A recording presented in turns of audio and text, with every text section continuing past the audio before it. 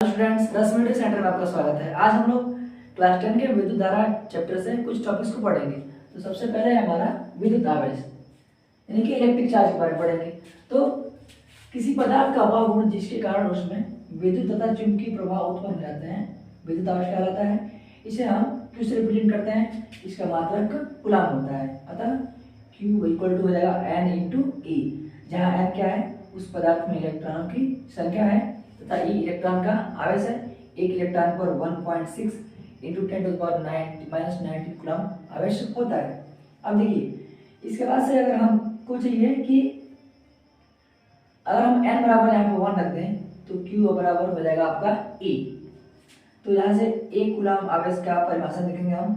तो एक कूलम आवेश उस विद्युत आवेश के तुल्य होता है, बराबर है, जो 6 इंटू 10⁻18 इलेक्ट्रॉनों में उपस्थित होता है।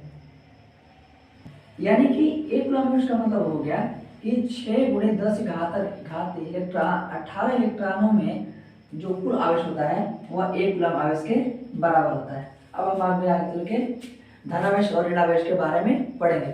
क्योंकि एक परमाणु में क्या होता है, जितने प्रोटॉन होते हैं उतने ही इलेक्ट्रॉन होते हैं, ठीक है। तो चूंकि प्रोटॉन पे धनावेश होता है और इलेक्ट्रॉन पर ऋणावेश होता है, इसी कारण जो परमाणु होता है वो विद्युत रूप से उदासीन होता है। तो विद्युत आवेश के प्रकार, तो विद्युत आवेश दो प्रकार के होते हैं, धनावेश और ऋणावेश। तो धनावेश का मतलब किसी पदार्थ पर इलेक्ट्रॉनों की कमी के कारण उत्पन्न आवेश को धनावेश कहते हैं, यानी पॉजिटिव चार्ज कहते हैं। और किसी पदार्थ पर इलेक्ट्रॉनों की अधिकता के कारण उत्पन्न आवेश को ऋणावेश कहते हैं। ऐसे समझिए कि जैसे मान लीजिए किसी तत्व का परमाणु क्रमांक है आपका 4 है। इसका मतलब क्या है, इसके पास 4 इलेक्ट्रॉन हैं और 4 प्रोटॉन है। तो 4 इलेक्ट्रॉन का आवेश ऋण 4 हो जाएगा और 4 प्रोटॉन का आवेश धन 4, यानी ये हो गया आपका 0, ठीक है।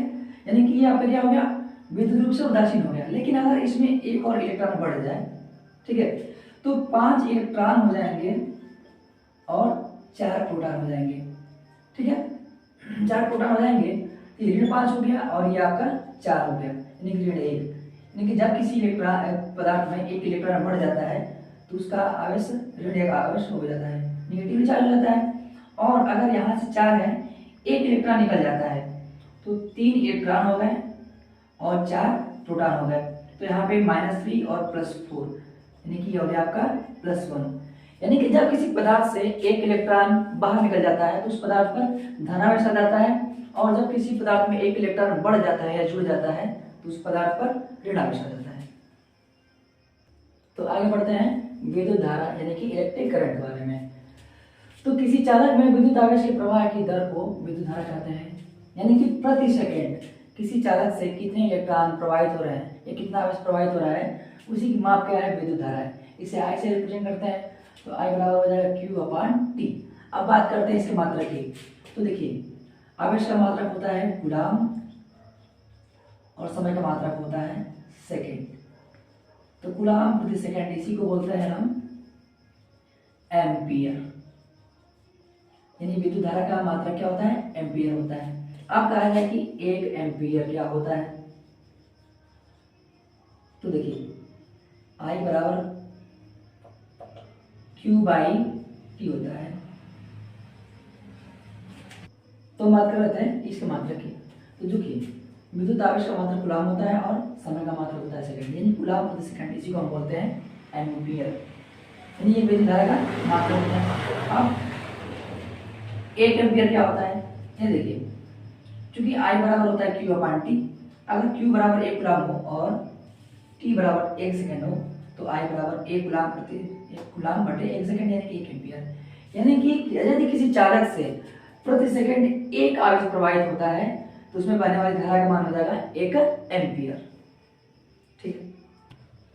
तो आगे चलते हैं विद्युत विभव यानी कि इलेक्ट्रिक पोटेंशियल क्या होता है।